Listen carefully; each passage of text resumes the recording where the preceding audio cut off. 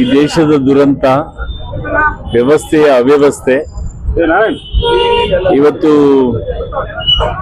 ರಾಜ್ಯದಲ್ಲಿ, ದೇಶದಲ್ಲಿ ಗೋರಕ್ಷಣೆ ಬಗ್ಗೆ ಹಿಂದಿಂದಲ್ಲ, ಸ್ವತಂತ್ರ ಪೂರ್ವದಿಂದ ಮಹಾತ್ಮ ಗಾಂಧೀಜಿಯವರಿಂದ ಹಿಡಿದು ಸಾಧು ಸಂತರಿಂದ ಹಿಡಿದು ಹೋರಾಟ ನಡೀತಾ ಇದೆ. ಆದ್ರೆ ಅದರ ರಕ್ಷಣೆ ಮಾಡಬೇಕು ಅಂತಕ್ಕಂಥ ಕಾಳಜಿ ಇದುವರೆಗೂ ಬಂದಂತ ಸರ್ಕಾರಗಳಲ್ಲಿ ಅದು ನಿರೀಕ್ಷಿತ ಮಟ್ಟದಲ್ಲಿ ಆಗ್ತಾ ಇಲ್ಲ. ಇದು ದುರಂತ. ಪ್ರತಿ ಹಳ್ಳಿಗಳಲ್ಲಿ ಮೊದಲು 20 ಮನೆ ಇರಲಿ, 30 ಮನೆ ಇರಲಿ, 50 ಮನೆ ಇರಲಿ, ಒಂದು ಗುಂಡಿ ತೋಪು, ಸರ್ವೆ ತೋಪು, ಗೋಮಾಳ, ಕಲ್ಯಾಣಿ, ಭಜನೆ ಮನೆ, ಗರಡಿ ಮನೆ ಇವೆಲ್ಲ ಇರ್ತಾ ಇತ್ತು. ಆದ್ರೆ ಇವತ್ತು ಊರಿನ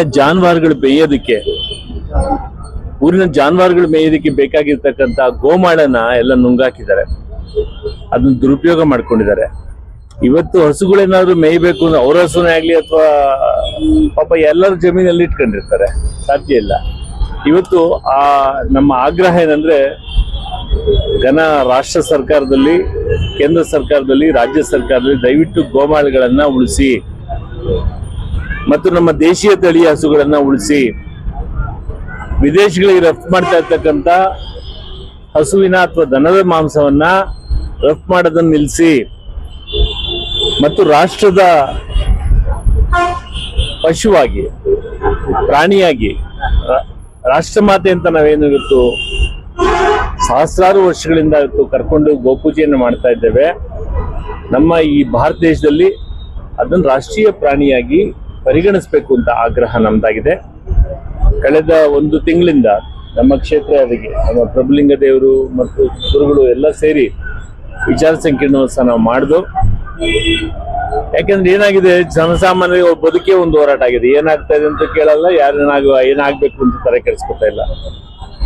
ಮತ್ತೆ ಜೊತೆಗೆ ಕೆಲವರಿಗೆ ಇದೊಂಥರ ಏನೋ ಮಾಡ್ಕೋತಾರೆ ಅನ್ನೋ ಭಾವನೆಯಲ್ಲಿದೆ. ಜನಗಳಲ್ಲಿ ಜಾಗೃತಿ ಮೂಡಿಸ್ತೇವೆ, ಇದನ್ನ ಅನುಷ್ಠಾನ ಮಾಡ್ತೇವೆ, ಗೋ ರಕ್ಷಣೆ ಮಾಡ್ತೇವೆ. ಇವತ್ತು ನಿಮ್ಗೆ ಗೊತ್ತಿರ್ಬೋದು, ದೇಶಿ ತಳಿಗಳಿರ್ತಕ್ಕಂಥ ಹಾಲಿನಲ್ಲಿರ್ತಕ್ಕಂಥ ಔಷಧಿ ಮೌಲ್ಯ ಇರ್ಬೋದು ಅಥವಾ ಕಾಯಿಲೆಗಳನ್ನ ಗುಣಪಡಿಸ್ತಕ್ಕಂಥ ಔಷಧಿ ಮೌಲ್ಯಗಳು ಇವತ್ತು ದೇಶಿ ತಳಿಗಳ ಹಸುಗಳೇ ಕಾಣ್ತಾ ಇಲ್ಲ. ಜರ್ಸಿ ಹಸುಗಳು ಆ ಜಾಗದಲ್ಲಿ ಬಂದು ಕೂತಿವೆ. ಜರ್ಸಿ ಹಸುಗಳು ನಿಮ್ಗೆ ಗೊತ್ತಿದೆ, ಹಂದಿಯನ್ನ ಕ್ರಾಸ್ ಮಾಡಿರ್ತಕ್ಕಂಥ ಹಸುಗಳು. ಕೇವಲ ಕ್ವಾಂಟಿಟಿ ಅಥವಾ ವಾಲ್ಯೂಮ್ ಜಾಸ್ತಿ ಕೊಡುತ್ತೆ ಅಂತೇಳಿ ಮಾಡಿ ಆ ದೇಸಿ ಹಸುಗಳೇನು ಕೃತಕ ಗರ್ಭಧಾರಣೆ ಬಹುಶಃ ನಿಮ್ಗೆ ಆಶ್ಚರ್ಯ ಆಗ್ಬೋದು. ಅವು ತಮ್ಮ ತನಗಳನ್ನೇ ಕಳ್ಕೊಂಡ್ಬಿಟ್ಟಿವೆ. ಇವತ್ತು ಆ ಹಾಲು ಕುಡಿಯೋ ಮನುಷ್ಯರಿಗೂ ಇವತ್ತು ಕೃತಕ ಗರ್ಭಧಾರಣೆ ಮಾಡಂತ ದುಸ್ಥಿತಿ ಬಂದಿದೆ. ನಪುಂಸಕತ್ವ ಬರ್ತಾ ಇದೆ ಗಂಡು ಹೆಣ್ಣುಗಳಲ್ಲಿ. ಇವೆಲ್ಲವನ್ನ ಸಹ ಗಂಭೀರವಾಗಿ ಸರ್ಕಾರದಲ್ಲಿ ಇರ್ತಕ್ಕಂಥ ವಿಜ್ಞಾನಿಗಳು ಮತ್ತು ಸರ್ಕಾರದ ಸಮಾಜ ಸುಧಾರಕರುಗಳು ಚಿಂತನೆ ಮಾಡಬೇಕು. ಮತ್ತು ನಮ್ಮ ಜನಪ್ರತಿನಿಧಿಗಳಾಗಿರ್ತಕ್ಕಂಥ ಶಾಸಕರಿರ್ಬೋದು, ಸಂಸದರಾಗಿರ್ಬೋದು, ಇವರೆಲ್ಲರೂ ಸಹ ಇದನ್ನ ಗಂಭೀರವಾಗಿ ಪರಿಗಣಿಸಿದ್ರೆ ಈ ದೇಶಕ್ಕೆ ತಪ್ಪಿದ್ದಲ್ಲ. ಅದು ಕರೋನಾ ತರ ಕಾಯಿಲೆ ಇರ್ಬೋದು ಅಥವಾ ಮತ್ತೊಂದಿರ್ಬೋದು, ಯಾವ ರೀತಿ ಅದು ವಕ್ರಿಸ್ಕೊಳ್ಳುತ್ತೆ ಅನ್ನೋದ್ರಲ್ಲಿ ಸಂಶಯ ಇಲ್ಲ. ಇದನ್ನ ಆಗ್ರಹಿಸಿ ನಮ್ಮ ಗುರುಗಳೆಲ್ಲರ ನೇತೃತ್ವದಲ್ಲಿ, ನಮ್ಮ ಮುಖಂಡರಾಗಿರ್ತಕ್ಕಂಥ ಮುತಾಲಿಕ್ರವರ ನೇತೃತ್ವದಲ್ಲಿ ಇವತ್ತು ನಡೆದಿದೆ. ಇದು ಆರಂಭ. ಗಾಳಿ ಬಿತ್ತಿದ್ರೆ ಬಿರುಗಾಳಿ ಆಗತ್ತೆ. ಇದು ಸರಿಯಾಗಿ ಬಿತ್ತನೆ ಆದ್ರೆ ಖಂಡಿತವಾಗ್ಲೂ ದೇಶದಲ್ಲಿ ಯುವಜನಾಂಗದಲ್ಲಿ ವಿಶೇಷವಾಗಿ ಜಾಗೃತಿ ಬರಬೇಕು ಅಂತಕ್ಕಂಥದ್ದನ್ನ ಈ ಸಂದರ್ಭದಲ್ಲಿ ಹೇಳಿಕ್ ಬಯಸ್ತೇನೆ.